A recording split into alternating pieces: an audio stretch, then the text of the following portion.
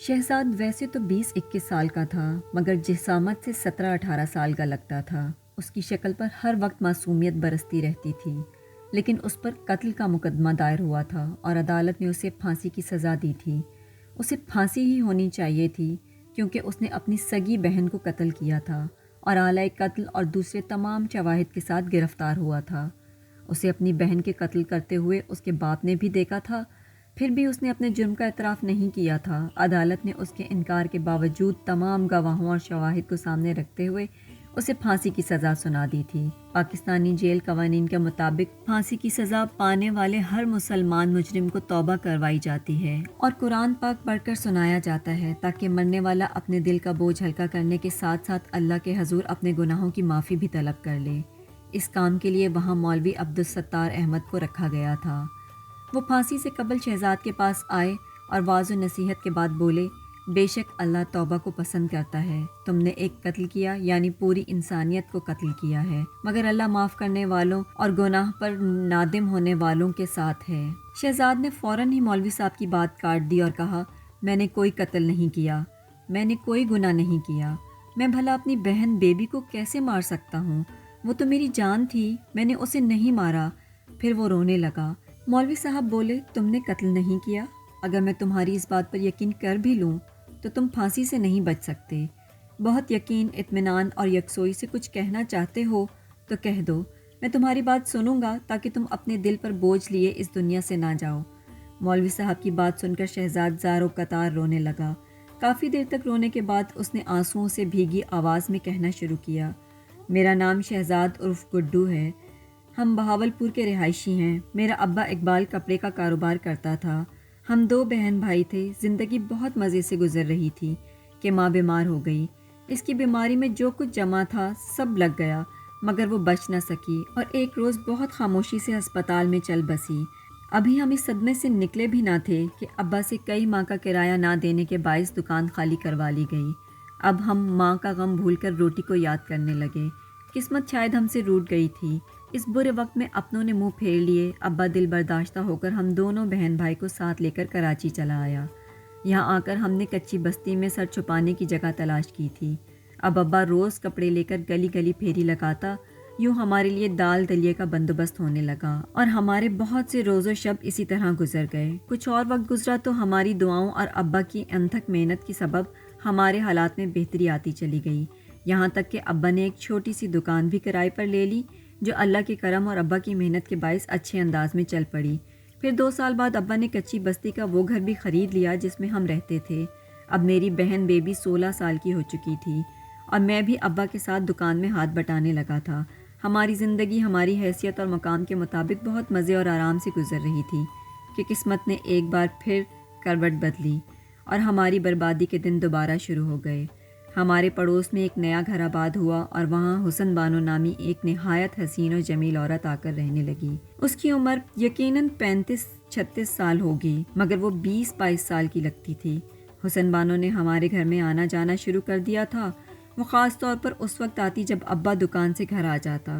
وہ ابا سے بڑی بے تکلفی اور ناز و انداز کے ساتھ باتیں کرتی، گویا وہ ابا کو اپنے حسن کے جال میں پھانس رہی تھی، اور وہ حسن ہی کیا جو سر پر نہ چڑھے۔ ابا حسن آرا پر فدا ہو گیا اور اس کی زلف گرہ گیر میں ایسا الجھا کہ اپنی سدھ بدھ گنوا بیٹھا اور حسن بانو سے شادی کی فکر میں پڑ گیا۔ حالانکہ ابا کسی بھی طور حسن بانو کے ہم پلہ نہ تھا، مگر ابا کو اپنے عشق میں یہ عقل نہ رہی۔ اب وہ ہم بچوں سے کترایا رہتا، دکان بھی بس بے دلی سے چلا رہا تھا کہ اتنے میں حسن بانو نے اپنی کسی ضرورت کے تحت 80,000 روپے مانگے۔ ابا کے پاس اتنی رقم نہ تھی، مگر اس نے اپنے ایک دکاندار دوست سے یہ رقم قرض لے کر حسن بانو کو دے دی تاکہ وہ ابا سے ملتی رہے۔ حسن بانو نے 3 مہینے کے بعد رقم کی ادائیگی کا وعدہ کیا تھا، مگر وہ 6 مہینے بعد بھی واپس نہ دے سکی۔ ادھر ابا کا دوست قرض کا تقاضا کرتے کرتے مرنے مرانے پر اتر آیا۔ معاملہ پولیس تک پہنچا تو ابا نے مجبوراً دکان کا مال وغیرہ بیچ کر قرض کی رقم ادا کی۔ ہم پھر روزی روٹی سے محروم ہو گئے۔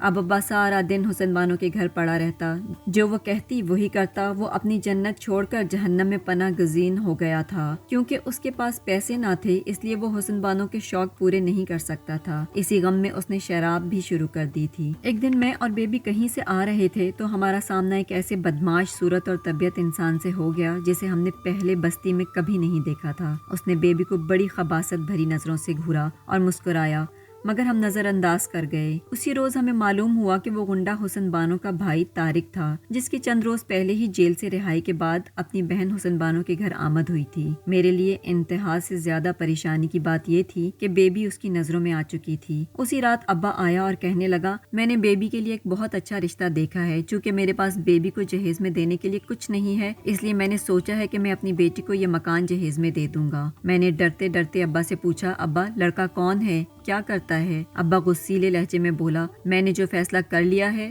تمہیں صرف بتا رہا ہوں، رائے نہیں مانگ رہا۔ لڑکا حسن بانو کا بھائی طارق ہے، شادی کے بعد وہ اس گھر میں رہے گا۔ بیبی کی ذمہ داری پوری کر کے میں بھی حسن بانو سے شادی کر لوں گا۔ یہ اس ذلیل اور بد کردار عورت حسن بانو کی چال بازی تھی۔ وہ اپنے مجرم بھائی کا بیاہ میری بہن کے ساتھ رچا کے ساتھ ہی ہمارا مکان بھی ہتھیا لینا چاہتی تھی، جو ابا کے نام پر تھا، اور ابا حسن بانو سے شادی کے چکر میں اپنی معصوم بیٹی کو داؤ پر لگا رہا تھا۔ یہ بے غیرتی اور وٹا سٹا میری برداشت سے باہر تھا۔ میں نے ابا کو بہت نرمی سے سمجھایا کہ وہ اس رشتے سے انکار کر دے۔ ابا نے کہا، یہ شادی ضرور ہوگی۔ میں نے بھی کہہ دیا، بے شک میری جان چلی جائے مگر بیبی کا بیاہ طارق سے نہیں ہوگا۔ آپ چاہیں تو ابھی حسن بانو سے شادی کر لیں۔ ابا اول فول بکتا ہوا چلا گیا۔ بیبی اس معاملے میں بالکل خاموش تھی۔ وہ رات ہم پر بہت بھاری گزری۔ صبح ہوتے ہی ابا آ گیا اور کہا، شام کو بیبی اور طارق کا نکاح ہے۔ میں نے اور بیبی نے یہ فیصلہ کیا تھا کہ گھر سے بھاگ کر گاؤں چلے جائیں گے، مگر خدا جانے اس فیصلے کی بھنک طارق کو کیسے پڑ گئی۔ اس نے ہم پر نظر رکھنے کے لیے 2 آدمی گھر سے باہر کھڑے کر دیے اور ساتھ ہی داخلی دروازے کو باہر سے تالا بھی لگا دیا۔ شام کو ابا، طارق، حسن بانو اور نکاح خواہ ہمارے گھر چلے آئے۔ میں نے ابا کو بہت سمجھایا مگر بے سود تھا۔ حسن بانو بیبی کو تیار کر کے دلہن بنانا چاہتی تھی۔ بیبی کی مزاحمت پر طارق نے اسے موٹی سی گالی دی۔ میرا تو خون کھول اٹھا۔ میں نے طارق کو گریبان سے پکڑ لیا اور کہا، بہتری اسی میں ہے کہ یہاں سے چلے جاؤ۔ طارق نے مجھے بھی گالی دی تو ہم دونوں گتھم گتھا ہو گئے۔ ابا تماشائی بنا یہ سب کچھ دیکھ رہا تھا۔ میں نے دھکا مار کے طارق کو نیچے گرایا اور بیبی کے سامنے تن کر کھڑا ہو گیا۔